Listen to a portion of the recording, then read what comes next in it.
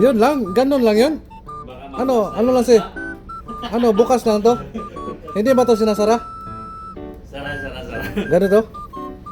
Sir, sara. Tulad lang. Oo, sara lang pala yan. Ito yung ink na pinapalit. Pakita mo yung segundo. Yan. Sahod reveal ba? Sahod reveal. $4,000. So guys, so guys,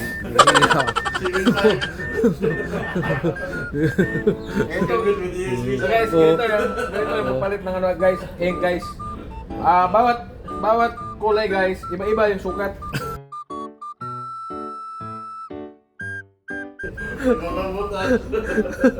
Pasok yung padulas. Lagyan mo. Yan paano ba pag ano yan, pag wala ka, pag iba yung Bawat ano guys, bawat kulay. Ganito, black, yellow, magenta, saka blue. Iba-iba yung ano dito guys, iba-iba yung Ba't may kulay, Ben, sir? May kulay pala yun. Yan may kulay pala yun. Yellow. Yan yun guys. Ano sir? Yellow, ano ba yan? Magenta yan, magenta. Magenta. Tapos yung Itong itim guys, pag ipasok mo sa dilaw to, hindi yan papasok. Kasi sa itim, sir. Itim lang talaga. Itim lang talaga. Oo. Kaya kahit anong Anong pasok pasok nyo, mo? Hindi talaga papasok hindi yan. kayo magkamali guys. Kasi bawat kulay, Kung yan na talaga yung sukat niya. Dapat Yung dilaw yung ipalit yo. Kasi yung dilaw. Saka So ibig Ayun, sabihin, ayun, guys. sir, hindi ka talaga magtataksil niyan. Kaya hindi ka man makapasok sa iba. Di ba? Di ba, sir?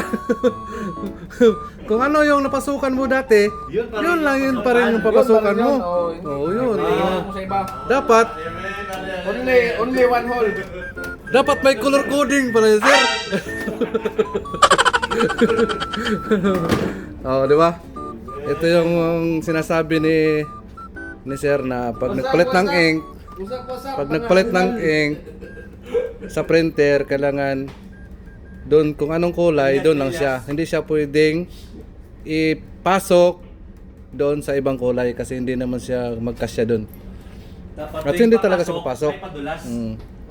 Kung ano yung kulay ng ink, doon lang siya. Ano ba? Black, yellow, tapos may ibang isa dito, tapos ito. Yun, 4 na kulay. Yun. Porto na lang. Okay?